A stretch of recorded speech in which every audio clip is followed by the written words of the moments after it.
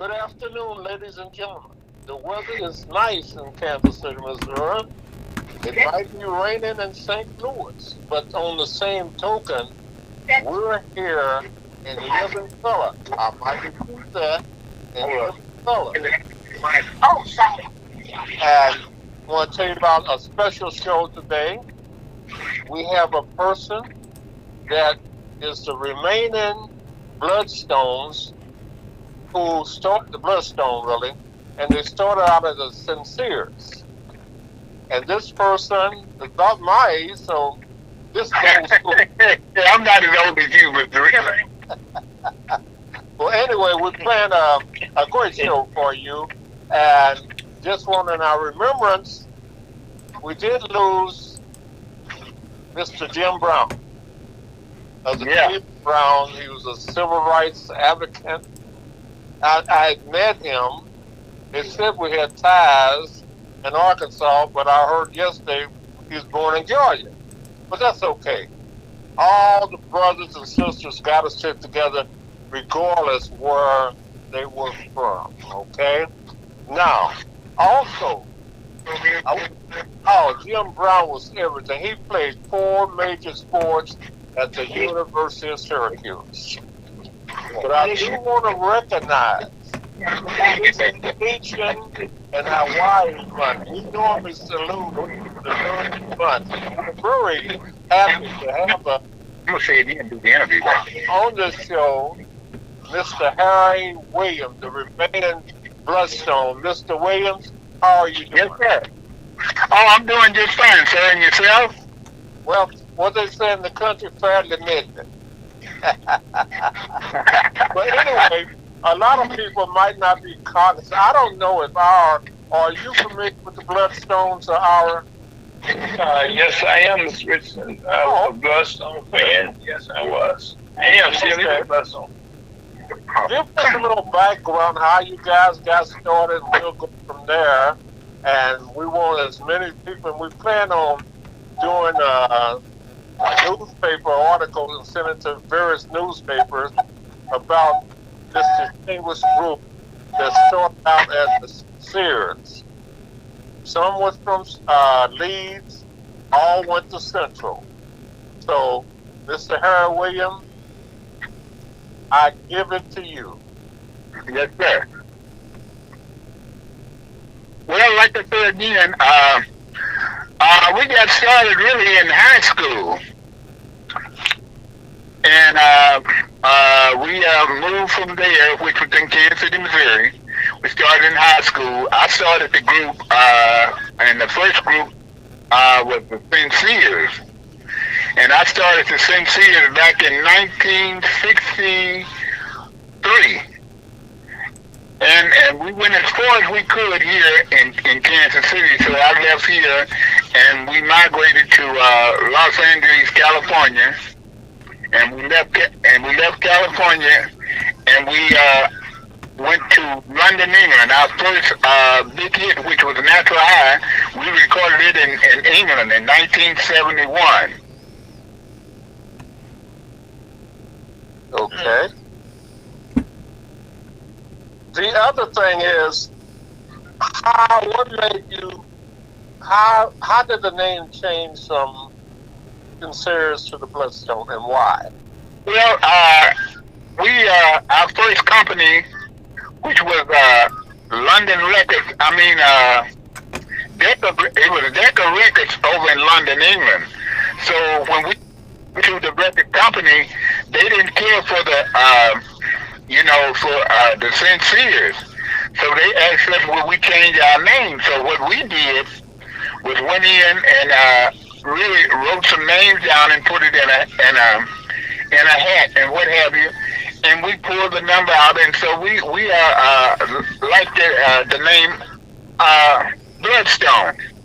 So they had the Rolling Stones, and now they got Bloodstone. So that's how we came about, with that name, which was Bloodstone, Well, it seemed to caught on. That's one of my favorite sounds, Bloodstone. I don't remember the one about the Sincere at Central High School, But You know, we didn't have anything out at that time. No, we were just local. You know, just local around the city, which was Kansas City. You know, and we didn't have anything out, so we didn't get any record um, thing out until we went to London, England. okay. Yeah. Well, let's go down the years, and you just bring us up to date on what's really going on. Like my good friend, Mr. Love, was with you guys, Right. Yes. George Love. and I used to follow. Y'all had the people going, oh, rock and rolling and singing. The people here in Kansas City, people at Central, but you went overseas. And, Yes. And you done one. And I remember when Charles told me the time when y'all made a movie. Oh yeah, yeah. We did a musical comedy, and the name of that movie was Train Ride to Hollywood. Right. Yeah. But tell us about the years and the things you went through. For we got people out there, maybe their grandparents, since they're about your age, they might remember you. Give us a walk down memory lane. Well, like I said, our first big hit, which was in 1972, was Natural High, and after that we had we go a long way back, which was recorded in 1980. around 87, I believe, you know. And we had another song called Never Letting You Go. And that was in the 80s also. And we had another song called, which was one of our big hits. I'm calling off the big hits now that we did have. Well, say who's the lead singers in those big hits too, would you? It was Harry Williams, me. Okay. Yeah, yeah. George McCormick recorded, like I said, Natural High, which was our first big hit. But all the rest of the hits, which we go a long way back, and all the rest of the songs that I have given you, I did all the lead parts to them. Okay. Yes, sir. Okay. Traveling from United States over the leads, how were you treated or greeted? Well, you talking about in London? Yes. Well, we were greeted very well, Mr. Richard, because I'm gonna tell you what happened. We ran into a young man in California.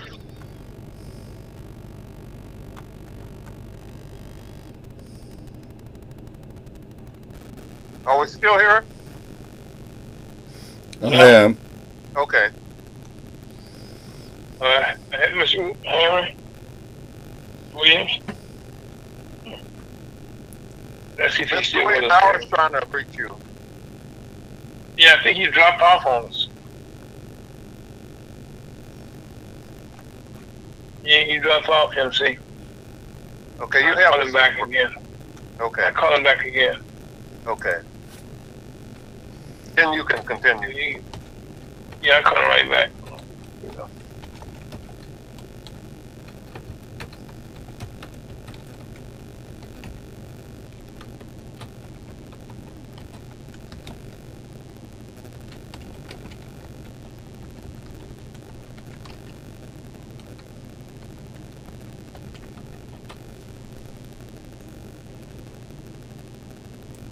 Okay, we should be back now. Okay. Mr. Williams? Yes, sir. Okay. We lost a few moments, but I'm quite sure by being a Bloodstone, you'll make up for those lost moments. Okay. Like you were saying about our first major contract, we got it over in London, England. And how we did get that contract, that record contract, Al Green was having a big show over there at that time. So we was on the show with Al Green. and we was accepted very, very, very well. So the company really did like us. You know, the company that he was with, which was, like I said, Decca Records in London. So they really did like us. So they said, well, who is this group? And so they told them, you know, it was a group called Bloodstone. So they wanted to know what did we have out. So we didn't have anything out, you know. So that's how that situation came out. But we got our first major contract from in London, London, England. Give us when you had your first major contract, you know, man, how much was it worth for you guys? How much was what? How much was your contract worth for you guys? How much money did you make with your first contract? Oh man, it was I think our first contract. I think we got around. We turned in 2 albums a year. We supposed to turn in 2 albums a year, and each album we turned in was $180,000 an album. Okay. Yeah. So we did very well. You know, we signed for $500,000. Okay. Yeah. That was on your first contract. Yeah. Okay. How did you come about going to England? How did that come about? Would you repeat that, please? Because I'm out here in the traffic, you know. So that's where I am with it. That's why we have a problem. Yeah. How did it come about that you got enough chances to go to England? How did that come about? London. Well, like I said again, we ran into some guys that wanted to be our managers, so they took us over there. Okay. So that's how we got a chance to go over there. Okay. And how long were you over there? Well, the first time we was over there, for about 2 months. And after we signed the contract, which was with Decca Records, which was in London, we would go back, you know, each time, every 2 years, we go to London. And you couldn't cut your albums over there? Yes, Okay, and now on your first album, how many songs were on the first album? How many what? Songs were on the first album. We had 15. Wow, 15. Okay. Yes, sir.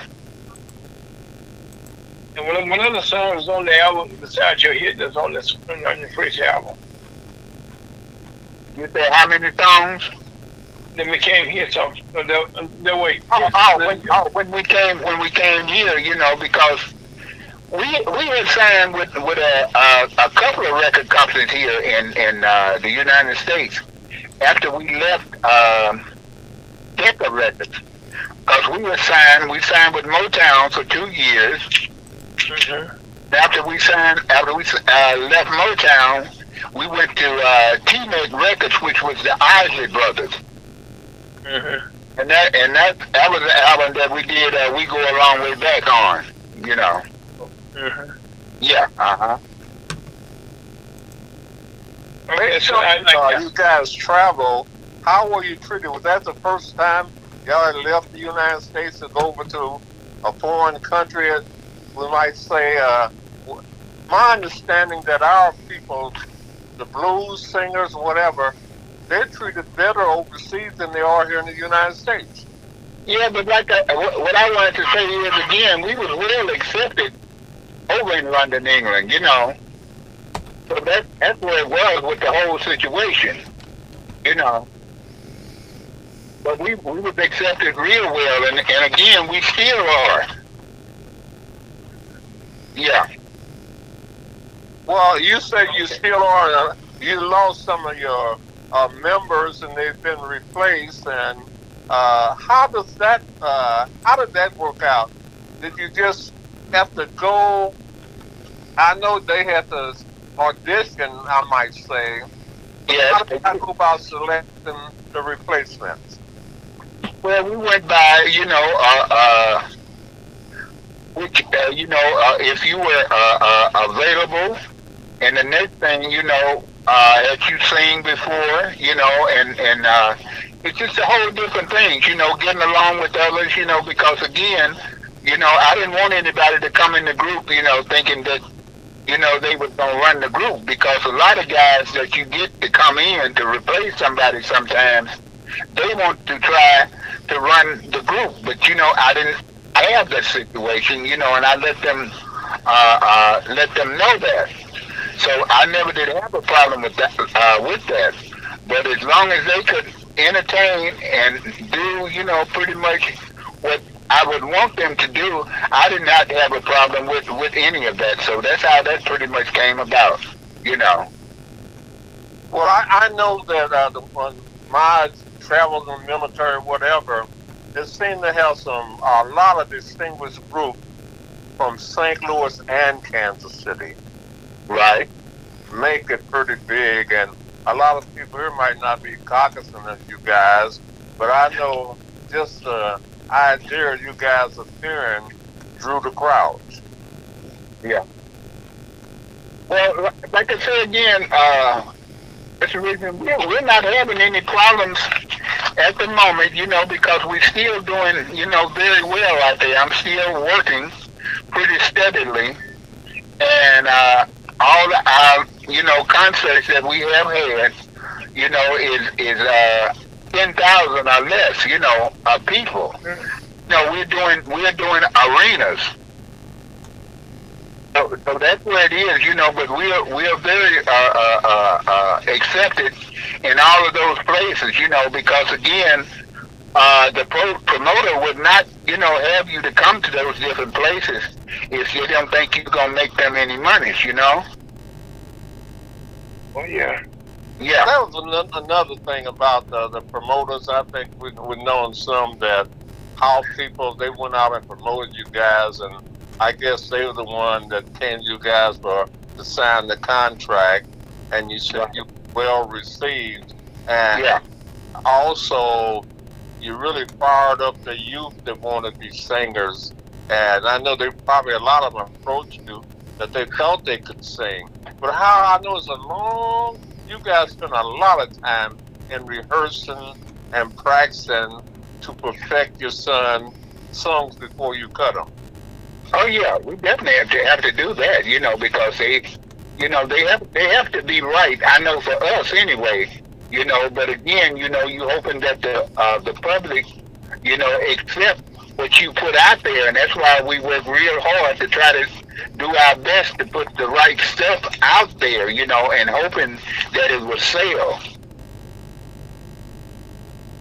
Well, let me ask you, the headline shows, I guess they were contacted, you said, over in London when Al Green was popular until he had the misfortune accident with his female friend.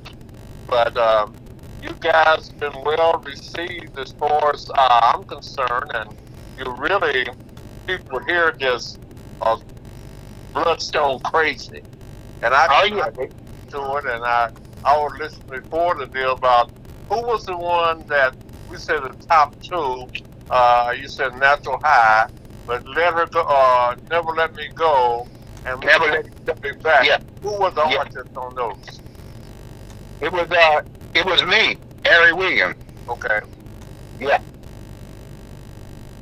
And I head up a group called the United Minority Media Association, and I was going to just suggest a couple theme songs, and as we go a long way back, which we started way long time ago, and then we're still together, so Never Let You Go. Those was my two prize songs that I was just going to say, and of course we would say thanks to the Bloodstone whenever we tell people those are our two theme songs. Exactly. Oh, thank you. And like I say again, those songs are still, like I say again, really accepted, with the people that we are working for, because we have to do Natural High, and we definitely have to do, we go a long way back, because that's pretty much what they come out to see, to hear. Well, let me ask you, at one time, how can a person go about purchasing the records or the movie that you guys made? What would be the process? Well, you have to go. You have to go online, and we have a thing set up there. You have to go online, like I say again, and get that. Those particular items. Well, what are y'all thoughts about the Bloodstone in St. Louis? I know you're not gonna say anything bad because you got Mr. Harry Williams on the phone on this. I know when they came to St. Louis, okay, I'm not sure, but they probably came to. You remember Regal Sports back in those days, sir? You said the Regal? Regal Sports. That was one of the top promoters here back in the days. A guy named Jim Gates and Jockenstein. Sir, I don't even know anything about those people because, again, I did not, I wasn't, booking anyone at that time. Mr. Love was handling the business, so he's the one that took care of all the contracts. Yeah. Now, I worked here with Regal Sports. They were one of the biggest promoters in the Midwest. Most of the shows here, the whole, in the packages, they would come in, Right. And I just would work on them when the audience got here, did the concert, I was part of that team, and also I worked in the office there, and we sold the tickets from there, so to speak, and everybody was happy with the money and stuff. That was my role, make sure that the money all was there, and everybody, in those days, I know before artists went on stage, okay, the manager would come to the room where we were located and get their money in cash. Does that still work that way now? Yeah, pretty much. Because like I said, we sign the contract. We get half upon signing, and we get half before we go on. Okay, nothing changed there. Yeah, oh yeah. And like I say again, you do not go on until you get your monies. Oh no one. I was here years ago. I was at a concert here, and Al Green left. Al Green was the artist, and it wasn't a major promoter who had brought him to town, but he came to town, and this it was funny. The group. They came out, the band, I should say, they came out on stage three times before they actually played. And so my friend I was with, but they asked me, said, well, what's going on? I said, well, the money's not right. I said, until the money get right, okay, you're not going to hear one note. And she didn't understand that. Yeah, you don't hear that, launch him again and see how long he's getting back. Okay, probably you hit those. He's driving around. That's what the problem is. And that's kind of a problem too. What we call it when you can't connect? They hit like a dead spot or something like that. But we're talking to Harry Williams, the lone Bloodstone. We're doing an interview. We're doing it through automobile and with telephone.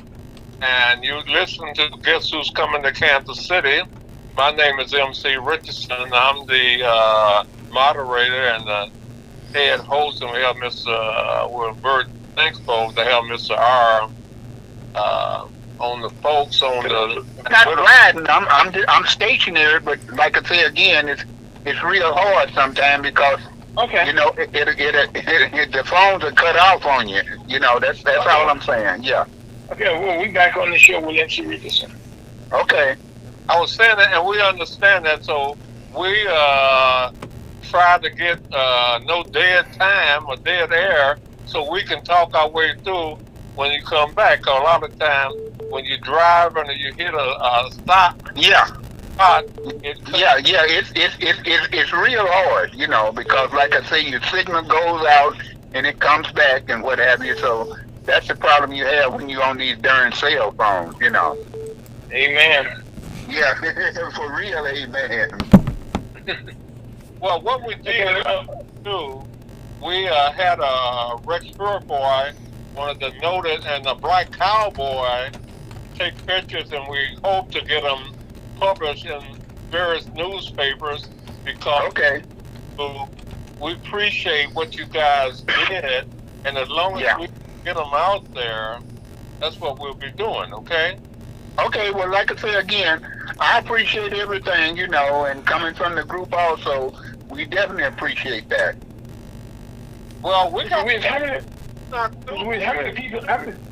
How many people in your group? How many people in Bloodstone? I just have 3 people, and I have a 7-piece band. Okay. Yeah. Uh-huh. Okay. And the ones that the MC mentioned earlier on that some people have passed on, but from time to time you always can kind of when you have a good voice, okay, you can always blend in with another good voice. As long as you got a lead voice, you got the sound that you're looking for. Well, what I'm saying is, the group is still blessed, because again, we're out there, and we're doing very well, Mm-hmm. And that's been a couple of years that you're still on the market out there. That's even better. Scott, we lost him again. Basically. Hold on, that's on my end. I don't mind calling back. Hold on. As long as he do this, I can do that. Hold on a second. Yeah, we have Mr. Harry Williams on the phone with us when we can connect up, but we plan not to miss any crucial information or any information that you can join us by staying in touch with the Bloodstone and Mr. Harry Williams.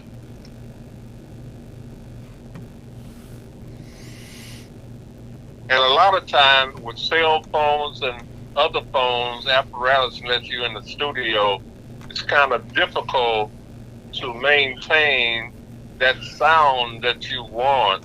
But we've been very blessed to able, with technology the way it is, we've been able to interview prominent people. We have them back, Mr. Richards. Okay. I was filling in for you, Mr. Harry. Okay, we done pretty good. Okay, of almost a half an hour. Okay, must be with these interruptions. Which MC saying is kind of rare, but that's how life is with technology nowadays. Yeah, that's true. That is really, really true. But again, like I said, I sure do thank you guys for everything. You know what I'm saying? Mm-hmm. Well, we still got some time. They normally let us know how much time we have left, but how do you help people? How do you know what cities you might need? Do you have somebody out there recruiting and playing some of your songs to get you this? No, sir. What we have an agent that books us. You know what I'm saying? When a promoter us, they call the agent, and the agent call us, and if we get the monies and what have you, right, the paperwork together, that's when we make that trip. Now, you said the agent, what is included in your, I'll say, so-called contract? What does that cover? Well, it covers, like I say again, all the instruments that I do have. They have to, they have to take care of that. They have to do the sound. They have to take care of, like I say again, we make a deal on hotels, make a deal on ground transportation and flying. We have to go through all of that. So the agent know what the monies that we do need to make that move. So they come up with that. If they can't come up with that, then we do not do the show. You don't move no money. You don't show. Yes, sir. Well, let me ask you this. What if they make movies and they use your song? How does that work? Well, we have they have like BMI. BMI have recorded it, so they recorded it, and like I said again, they send the money to me. Howard? MC, go ahead. Oh, go ahead. Okay, I guess when MC was leading, MC was leading to a BMI, the person plays your song, okay, on the radio, in a movie and stuff like that, you get royalties off those songs. Am I right? Yes, sir. And I guess with you guys still being out there for such a long time, the royalties have been very good to you. Oh yeah. And I guess, Go ahead. and I guess my next question would be, when you come out of royalties, do they send the check? Those checks come out on every time you're on the air. You play the record someplace. How does that work out? Yeah, well, they do it that way. If you get a check, if you do get any money, it comes every quarterly. Okay. Okay. Yeah. And you never know how much you're gonna get. No, I sure don't. So let me ask, what are some of the largest amounts you have got in your royalties?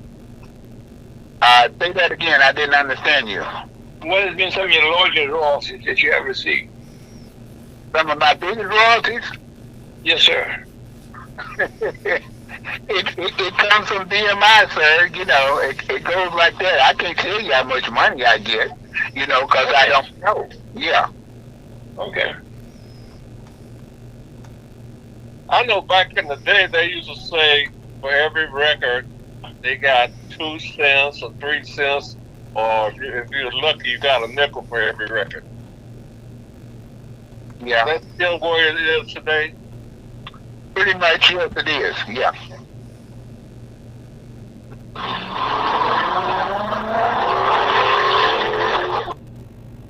Somebody got a lot of muscle there, but they picked it up and put it down. Yeah, that's what I'm saying. I'm out here in the public, I mean, out here in traffic, so therefore it's gonna be like that. Oh, I understand too well. Yeah. Mr. Williams, I'm in St. Louis, North St. Louis by the airport, and Scott is down in Orland, Missouri, south of St. Louis. He's in Kansas City, so for us to have this good telephone call, it's a blessing on technology. And this is technology at its best, to be honest with you. So, Mr. Wilson, You might have, Mr. Williams. Yes. right now, your family, you're situated, still based in Kansas, Missouri, right? Yes. Okay. What are some of the things that public should know that they don't normally know? What now? I'm saying, what are some of the things that maybe we're not cognizant of, things you think they should know? Well, I don't know, sir. Like I say again, they just had to tune in to Bloodstone. And that's all I can say. Yeah. What, yeah. On a album, CD, what is your rate of pay on a CD or album? The average money. What is my average money? For the group, Bloodstone. Well, I mean, that's kind of personal there. I couldn't say that. Okay. Yeah. Right. But what you saying is your banker knows your name. Yeah, just that's pretty much it. How often are you if people want you to come sing? And where do you normally go? And what's in the future for you? Well, like I say again, we're doing concerts, and I just like to do what I'm doing at the moment, and that's pretty much where I am with that, and again, if a person wants to book me book the group Bloodstone, they have to go through an agent and have that taken care of, and we'll come to your to your city. Hey, you say concerts. How many songs do you normally do at a concert? It's what the promoter have you to do, because sometimes they have you to do 15 minutes, they have you to do 20 minutes, sometimes they have you to do an hour and a half. All that is up to the promoters.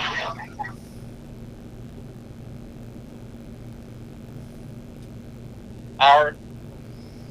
No, I'm good at see, because I mean, this to being a former promoter myself, and I understand how that works out. Yet, it's a time allotted, okay, that just breaks it down for depending on how many artists you have on a show, okay, how much time you have. Yeah. Well, that's what it is. Mr. Williams? Are you there, Harry? Yeah, I'm here. Okay, let me ask you, who have been some of the other headliners that you guys have been in concerts with? Well, like I said, from James Brown to the Kings. I work with all of them. The late James Brown, which was one of my ex-wives, that was her cousin. I'm familiar with the James Brown family, yes. A lot of those guys, they came out in Georgia, yes. Yes. Down in Augusta. Oh, yeah. I have worked with all of them, believe me. That's where I am. Temptations, Four Tops, Patti LaBelle. And it and it goes on and on and on, Mm-hmm. Do you work many casinos? Like the boats out in Las Vegas? No, I haven't worked in too many casinos. No, I have not. Okay.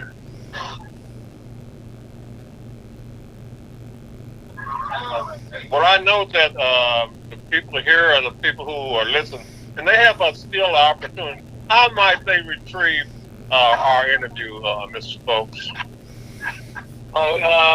They can get our program. We heard right now we're live on Facebook, YouTube, Twitch, as well as on Ferguson USA, HotTalkRadio.com. And also, you can get on Spotify, and you search for it, you put in Guess Who Come to Kansas City. And it will pop up in all of our former shows also. And right now, that goes back all the years you've been with us, MC. I guess going on 2 years now.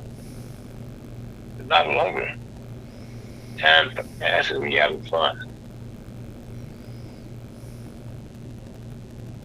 Harold, we're not through yet. Mr. Scott, how much time do we have? We have 20 minutes, We sir. got lots of time. Well, like I said again, guys, I don't want to push you for anything, but this here is pretty much a long interview, and I don't, Yes. and I usually don't do an interview this long. I really don't. So I understand. so the faster we can wrap it up, I will appreciate it. Well, we really appreciate this opportunity, this longevity, because Yes, sir. a lot of people will want to know more about the Bloodstone and how to follow them. Yeah, well, again, I think they should have enough information to know. I really do. If they need additional information, they can call the United Minority Media Association. Probably the cell number is 816 694 2273, and we will try to get with Harry and the promoters and people how to best get that information or message to you, or where they might be appearing next. I understand that you're going back to California this week. No, I'm not going this week. I'm not going back until July. July. Well, Yes. you were here for a little while, right? Yes, sir. Well, it's been like being at home for a while. So y'all got any plans for Memorial Day? No, I don't have any plans, sir. I'm just gonna kick back and enjoy myself and have a ball. Well, I think that all that's left up to Marguerite. She has some say so on what you do, right? Oh yeah, that's right. Yeah, she handles my stuff here in Kansas City for me. Yeah. Okay. And we appreciate this, like our human clock that you got. I forgot to put your battery in there, but that shouldn't be no big thing. One of them batteries, 2A or whatever, 2D, whatever you call it. But yeah, just the idea of you agreeing. I know we went through several different things that to make sure that we could do this show today. So anytime you letting us have is really appreciate it. Yeah, well, like I said, I appreciate it on this end too. Okay. Well, Mr. Williams, we're not going to intrude anymore on your Saturday. We thank you so much for this beautiful Saturday, for being a part of guests who come to Kansas City on Fragrance and Unity, hotpower.com. So we have a beautiful, safe weekend. And life is good, sir. And I want to say again, I thank you guys for everything. We thank you, sir. Yes, sir. Have a great day. And before you go, we plan to have to publish an article and put it in various newspapers and to keep the name out there of the Bloodstones, okay? Oh, that'll be fine, Mr. Rich. Mr. Williams, also, we see your copy of today's program also. Okay, then. Thank you. Thank you. Thank you. And be sure to tune in next week. We have the young lady who's over Oklahoma for up-and-coming a family reunion. Well, you see. Go ahead. Well, right now, no, he's gone, okay, but we still got about 15 minutes left on the program, though. Oh, okay. Well, let's talk about the Missouri Black Chamber of Commerce. Well, Missouri Black Chamber of Commerce is we're based here in St. Louis, Missouri, and we have operations, I should say, in around the state. Naturally in Kansas, Missouri, where we did quite a few different programs there. And as a matter of fact, we're geared up now to do something after the pandemic. But prior to the pandemic, I said pandemic was the COVID-19 pandemic. We had been very active in Kansas City. We had brought Mr. Black America to Kansas City. We had did a program, several programs with Toyota. In Kansas City. One was a program that was based primarily on the work with the different businesses in the Kansas City area.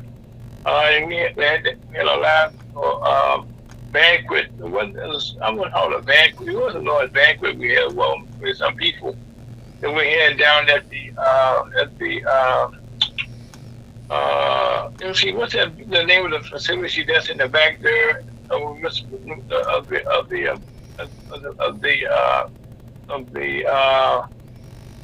the baseball museum in the back there.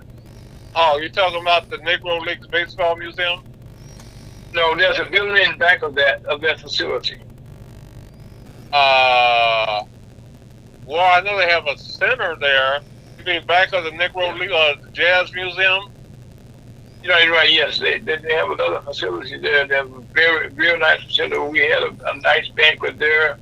When we had a beautiful dinner was served by Peachtree, restaurants, and like I said, we had several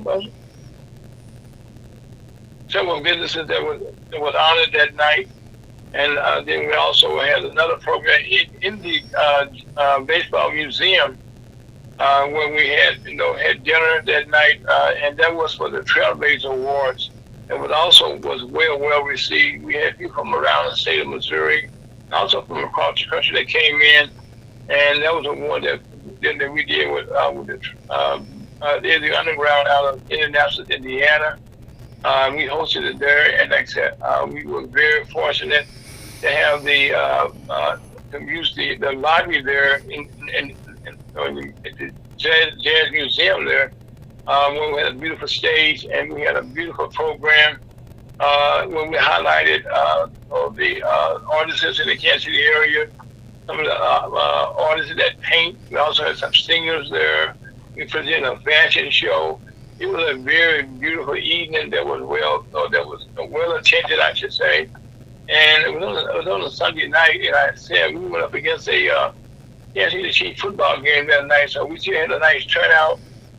So we've done that, and also we still work on a regular basis now.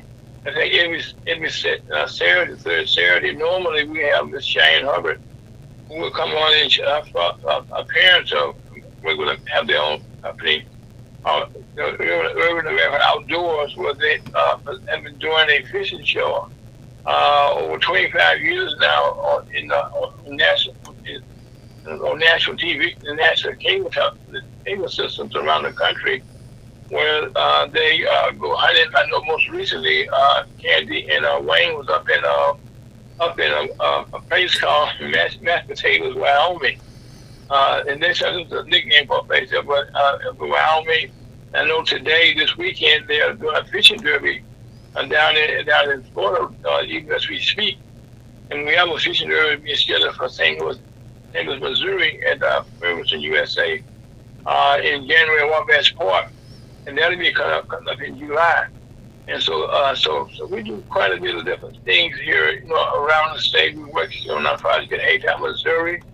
We're making some plans to have some of a regional conference with our National Chamber of Commerce.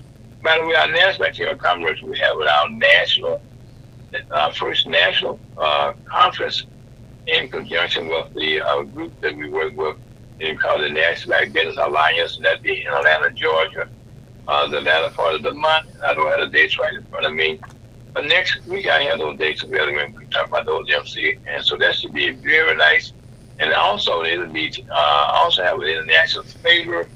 And what we presented there are opportunities for black business owners who want to do business internationally, or they want to do business, around the country, or they're looking for federal contracts. We will be able to connect them, figure out how they can. If you have a black business, you can figure out how to grow your money in your pocket, make sure that the wealth in your family be wealth that can be passed on. That's what our goal is, great black business owners, and we have some plans down here in the state of Missouri. After the pandemic, we're doing having some beaches here in St. Louis, and we'll be having some more in Kansas City. As a matter of fact, we have a young lady there that we now work with right now, Mr. Paul Price. We've been under the weather most recently, but she now has an assistant, Ms. Juanita Singleton. She came on last week, to join the team. And you'll be hearing more about her, something that she's doing, so the program will be doing in Kansas City. So right now, after the pandemic hit us, and we also thank God for all people who have survived, or many people who did not survive the pandemic. And also every Saturday from 1 to 3 p.m., you can hear our show, that's your program, someone guests come to Kansas City. Lunch with the Missouri Chamber of Commerce every Saturday for the 8-year. Run to the Missouri Chamber of Commerce to hit that program, just type in lunch with the Missouri Chamber of Commerce, and you go to the search engine, and with all of our old shows, and we will be able to hear those, and also we can be heard live every Saturday at 1 to 3 p.m., and then it will be playback on Saturdays. Our program is live, so Sundays from 1 to 3, and also on Wednesdays from 1 to 3. And that's something that the Missouri Chamber of Commerce is doing. And also on our programs, we also have our special guest, every Saturday, Mr. Chuck DeBow, who is our CEO, and Chuck DeBow the third, I should say. And also on our program today, we had a guest, Miss Coffee Wright, and we were talking about what's been going on here in the St. Louis area in terms of having a new prosecuting attorney appointed by the governor. Ms. Kim Gordon, who was the prosecuting attorney, has stepped down this past week, and the governor appointed a gentleman by the name of Mr. Gabriel Gore, who will be the acting attorney general for she's called public attorney, I should say, for St. Louis until elections next year. So he worked for a law firm here. He's a former federal prosecutor, and he will be taken up from this project in St. Louis. Well, I know there's a lot of controversy going on, and it relates to Kansas City about barbecue and jazz. You have a lot of people of other nationalities, other cultures. They come in, they try to steal what was everybody knows how it got started.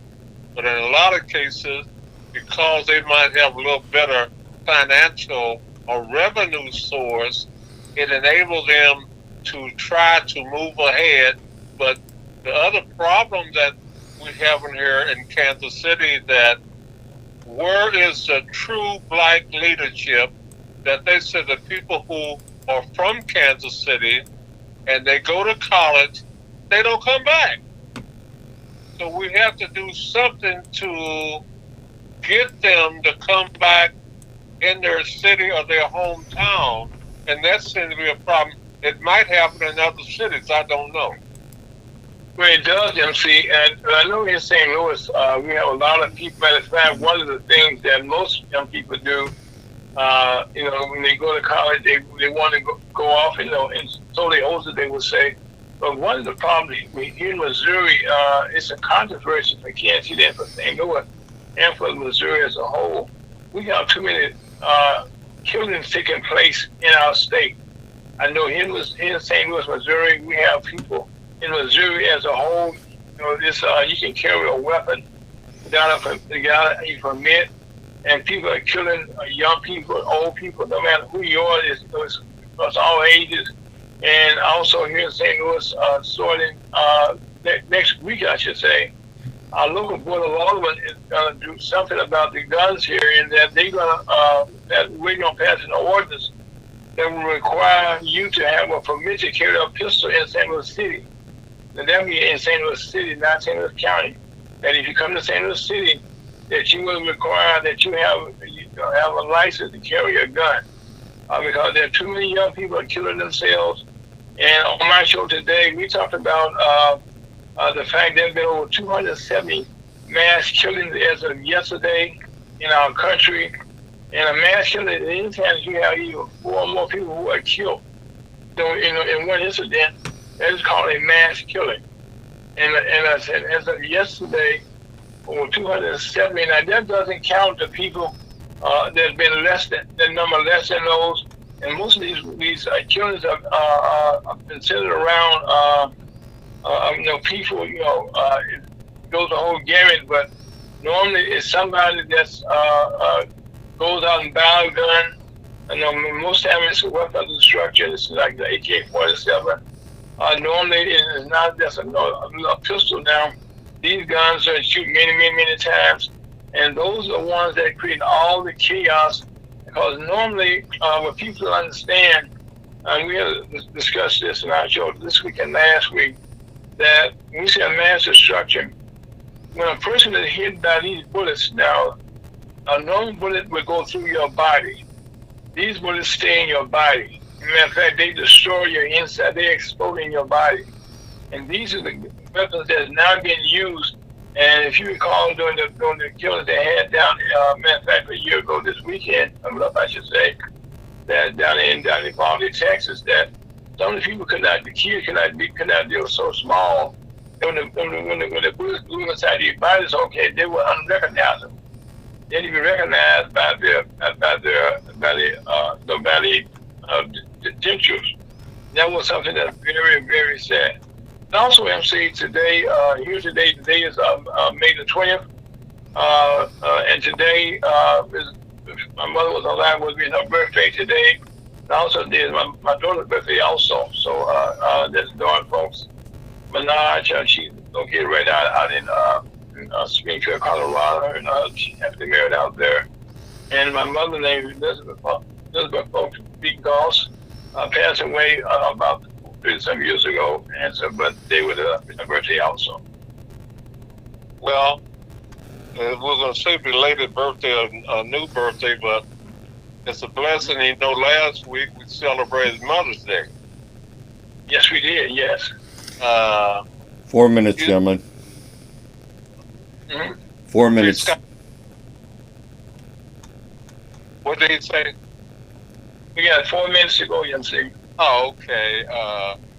Another thing I said at the top of the show, this is Asian, American, and Hawaii, the Philippines Heritage Month. We seem to have a lot of months, and Guess Who's Coming to Kansas City seem to acknowledge those different months.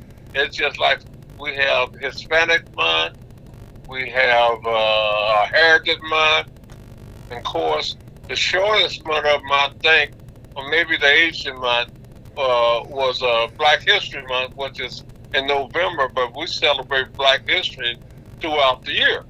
It doesn't matter whether it's March or whatever, because it's like February is Black History Month, they say, and then you got March is Women History Month, but we have a lot of black people who have really made a valuable, paved the way.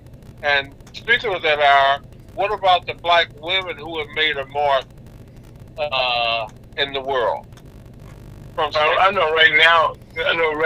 We mentioned last week Miss Grace Bommeries that passed away, and matter of fact, all in the world, she was over in Austria where she, Vienna, where she passed away at. She lived over there. Like Miss Tina Turner, everybody knows who that is. She came from St. Louis. And matter of fact, these people left St. Louis go to other places because they got more recognition in other places than they did here in St. Louis. And also, one of the things, MC, that you mentioned competitions. This weekend, St. Louis for the first time has a outdoor soccer team that's in St. Louis City, and they are playing your soccer team from Kansas City this week in Kansas City. This will be the first of 3 games, okay? So there's a rivalry being kicked off. And I will let you know front that St. Louis, Missouri has been playing soccer since 1907. And we have several championship teams here in the NCAA league, Division 1. St. Louis University won many scholarships. My junior college, I went to Carson Valley. They were one of the Raymond Junior College team for the national champions for many years. So we have a traditional history in St. Louis already.